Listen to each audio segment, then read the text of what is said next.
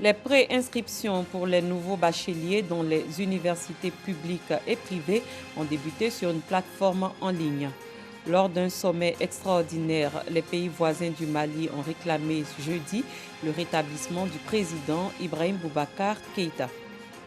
Bonsoir, vous suivez le 19h sur RTI2.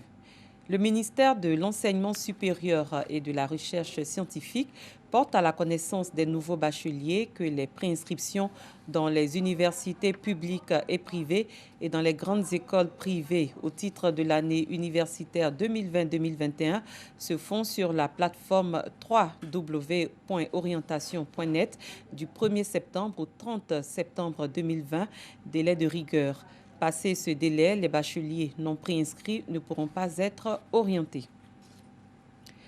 Le ministère des Affaires étrangères de la République fédérale d'Allemagne, à travers la GIZ, vient en aide au secrétariat exécutif de la Commission nationale des frontières de Côte d'Ivoire. Il s'agit de matériel et de protection contre la Covid-19 d'une valeur de 14 millions de francs CFA et un appui financier d'environ 33 millions de francs CFA destiné à la sensibilisation des populations. D'une valeur de 47 millions de francs CFA, ce don vient appuyer les efforts du gouvernement dans la lutte contre la pandémie du coronavirus aux frontières du pays. Clément Bocco.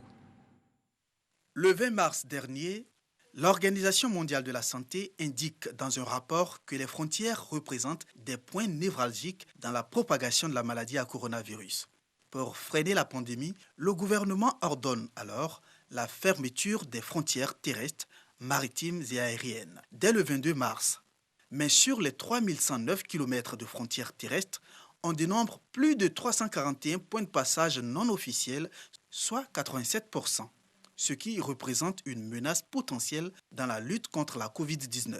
Pour appuyer les efforts du gouvernement dans la surveillance et la protection des populations contre la maladie, le ministère des Affaires étrangères de la République fédérale d'Allemagne, à travers l'agence de coopération allemande GIZ, fait un don au secrétariat exécutif de la Commission nationale des frontières de la Côte d'Ivoire, CNFCI. Depuis le déclenchement de la Covid-19, la République fédérale d'Allemagne a été toujours aux côtés de la Côte d'Ivoire et elle vient de le démontrer à travers cet appui à la Commission nationale des frontières.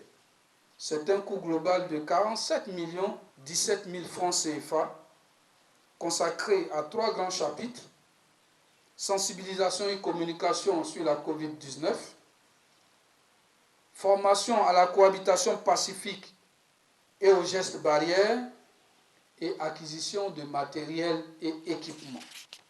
Les activités du projet ciblent 24 villages répartis dans 5 départements de la zone frontalière nord. Ce don, j'en suis certain, contribuera à la mise en œuvre et au respect des mesures préventives au niveau des postes de contrôle et centres de santé frontaliers et appuiera également les comités communaux lutter contre le Covid-19 dans les zones frontalières par la sensibilisation, formation des populations. Outre l'appui de ce jour, l'Allemagne a déjà aidé la CNFCI pour l'organisation d'un atelier régional au mois de mars et à l'organisation de la Journée africaine des frontières. Cette coopération se poursuit avec un accord de principe pour un appui financier à l'élaboration de la politique nationale intégrée de gestion des frontières. Les travaux de bitumage de la voirie urbaine de la commune de Diabo, longue de 2,5 km, ont démarré depuis le 10 juillet dernier. Un bitume qui viendra changer le visage de la localité. C'est la concrétisation d'une promesse faite par le chef de l'État, Alassane Ouattara, lors de sa visite d'État dans le Béquet en 2013. Les élus, cadres et populations traduisent leur reconnaissance au président de la République pour la réalisation de ce projet. Soro Corona. Le bruit et les travaux effectués par l'excavatrice attirent la curiosité des tout-petits de la commune de Diabo, région de Béquet. Depuis le 10 juillet 2020, les travaux de bitumage des voiries urbaines ont été lancés. Longue de 2,5 km, ces travaux prennent en compte 3 itinéraires. Ces bitumes viennent changer le visage de la commune. Cette voie même sur laquelle nous sommes actuellement là était vraiment impraticable, avec des trous partout. Et la poussière pendant la saison sèche, ça va d'abord redonner un éclat à la ville et puis appeler, pourquoi pas, d'autres investisseurs à voir que Diabo devient une ville. Et cela va vraiment booster Diabo. Pour les transporteurs, plus qu'un soulagement, c'est un gain économique. Les routes non bitumées, ça gâte beaucoup les voitures. Les voitures, chaque au moins 3 mois, combien de mois tu as parti à la tôlerie. Aujourd'hui, ils ont décidé de faire le bitumage du village. Ça nous arrange un peu. Ce rêve, vieux de plusieurs décennies, devient une réalité grâce à la concrétisation d'une promesse faite par le chef de l'État, Alassane Ouattara, lors de sa visite d'État dans la région du Gbeke en 2013. Les populations de Diabo sont reconnaissantes au président de la République, Alassane Ouattara. Nous disons vraiment merci au président de la République et au gouvernement. Initialement, ce sont 5 km de bitume prévus pour Diabo. Tout en se réjouissant des 2,5 premiers kilomètres, le maire plaide pour l'obtention des 2,5 supplémentaires afin de permettre à sa cité d'avoir une allure des communes modernes. Nous avons d'abord demandé 5 km de bitume et c'est 2,5 qui a été accordé dans un premier temps. Nous sommes en pleine négociation et demander de vraiment nous accorder les 5 km parce que c'est vraiment le grand vœu de toute la population. Ces travaux de bitumage des voiries urbaines concernent également la commune de Botrou, toujours dans la région de Gbeke. D'ici 3 mois, les populations de Diabo vivront dans un cadre plus agréable. Appel à la retenue dans la région du Guémont, le député Évariste Miambli, à la tête d'une délégation d'élus et cadres, a rencontré les différentes populations après les dernières manifestations dans la région. Tous se sont engagés à œuvrer pour la préservation de la paix et du vivre ensemble avant, pendant et après l'élection présidentielle. Ève Bouy. Des jeunes se réclamant des partis de l'opposition ont manifesté le jeudi 13 août dernier dans la ville de Bangolo par des barricades érigées sur la voie publique, bloquant ainsi le trafic routier et paralysant la quasi-totalité des activités de la ville. Pour appeler les jeunes à la retenue afin de ramener la quiétude dans la cité, le député Évariste Miambli, à la tête d'une délégation d'élus et de cadres, a initié une tournée dans la région sous l'impulsion du Premier ministre Ahmed Bakayoko. Échange avec les autorités, les jeunes, les femmes, les chefs traditionnels, les chefs religieux. Des appels sont lancés pour maintenir et entretenir la cohésion sociale en cette période électorale. L'appel que je peux lancer à l'endroit de la jeunesse de Bangolo, c'est un appel d'apaisement, un appel de cohésion, un appel de vivre ensemble, c'est la cohésion. Donc je souhaite, moi, président de la jeunesse de Bangolo, que tous les jeunes se mettent ensemble. Donc quand on a un souci, qu'on a des responsables devant nous, il faut qu'on échange, il faut poser les problèmes. Et je suis convaincu que les aînés sont là pour nous écouter. Quand nous prions, nous demandons à Dieu d'accorder toute une paix, toute une sérénité à notre pays. Parce que rien ne peut se développer dans la guerre, dans les querelles. La paix n'a pas de coloration politique, la paix n'a pas de coloration religieuse ni ethnique.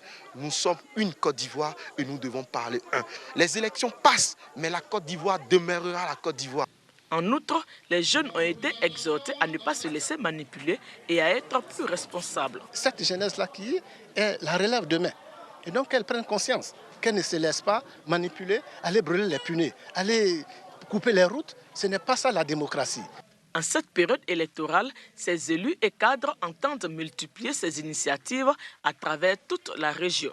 Nous avons cette obligation morale et spirituelle d'approcher nos parents pour échanger avec eux. Le tout n'est pas politique, mais aujourd'hui, la politique se repose aussi sur la paix. Parce que s'il n'y a pas de paix, on ne peut pas faire de politique. Nous allons les raisonner, famille par famille, hameau par hameau, département par département, canton par canton, pour continuer encore cette sensibilisation qui pour nous est essentielle. À la veille des élections, nous sommes obligés de sensibiliser. La paix, c'est un acte de longue haleine. On n'a pas la paix un seul jour. Il est bon de rappeler que le Conseil des ministres tenu le 19 août 2020 a interdit les manifestations sur la voie publique jusqu'au 15 septembre. Elles sont néanmoins autorisées dans les enceintes closes ou dans des espaces dédiés et sécurisés. Dans la même veine, comment avoir un climat sociopolitique de paix avant, pendant et après les élections? Au regard de l'évolution de l'actualité politique, cette question préoccupe la Fondation Félix Houphouët-Boigny pour la recherche de la paix, le PNUD et le ministère de la Cohésion sociale et de la solidarité. Les 17 et 18 août derniers, ils ont mobilisé autour d'un atelier les organisations de femmes et de jeunes à Boaké. Il s'est agi de les outiller à déconstruire les discours de haine en vue de renforcer le vivre ensemble et la paix pour des élections apaisées en Côte d'Ivoire. Léon Brou. Appartenance identitaire, préjugés, conflits, discours de haine, etc.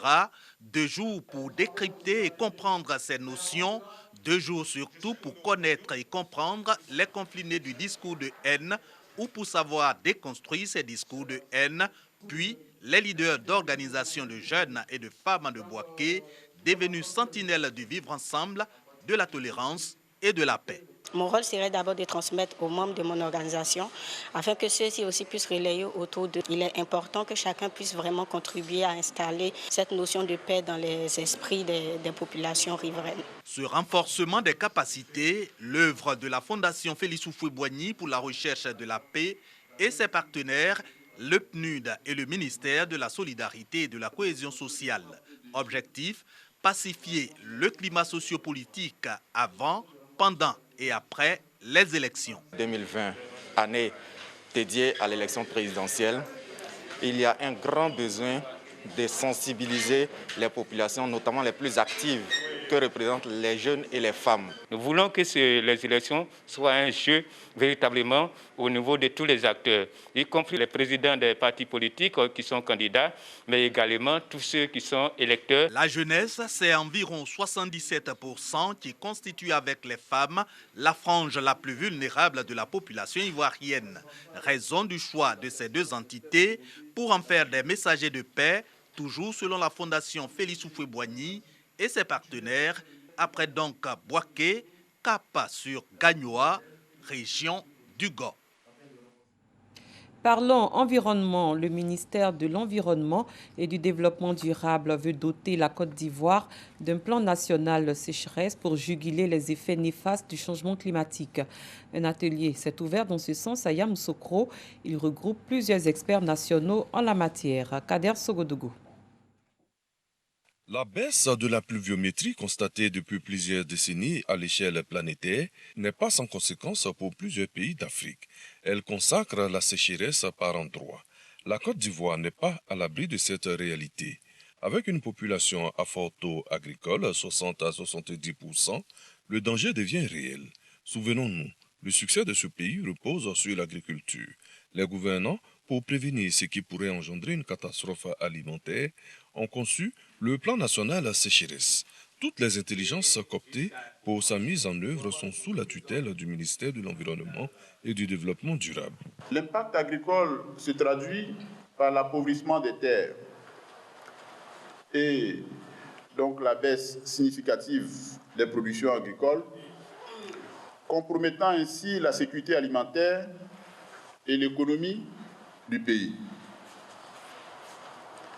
Les agriculteurs sont donc obligés de pratiquer une agriculture extensive, détruisant chaque année d'importantes superficies de forêt à la recherche de nouvelles terres propices à leurs activités.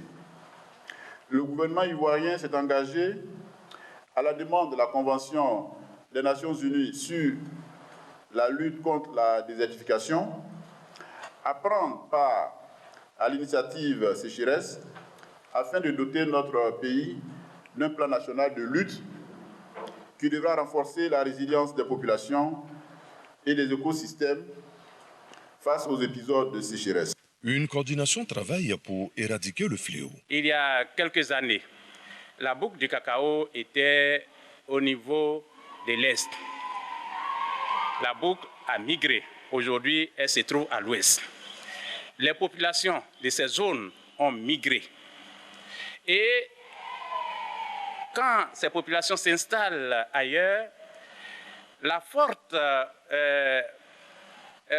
population sur de petites superficies entraîne des conflits.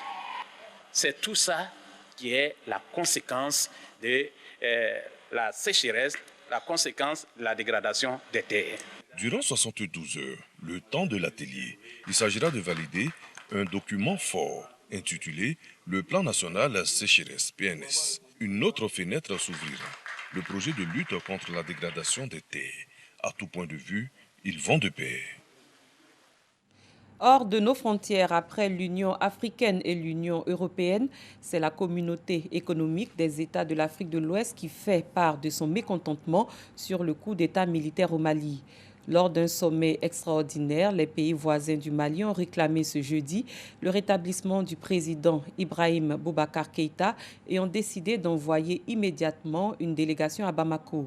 La CEDEAO va mener des discussions et faire comprendre aux responsables de la junte militaire que les temps de prise de pouvoir par la force sont révolus dans notre sous-région, selon le président en exercice Mahamadou Issoufou, qui a aussi demandé la mise en œuvre immédiate d'un ensemble de sanctions contre tous les militaires putschistes et leurs partenaires et collaborateurs.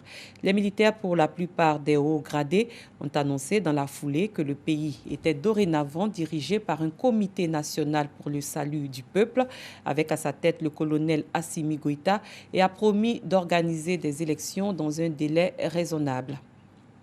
Cette édition est à son terme. Merci de l'avoir suivi. Très bonne soirée. Je vous retrouve demain.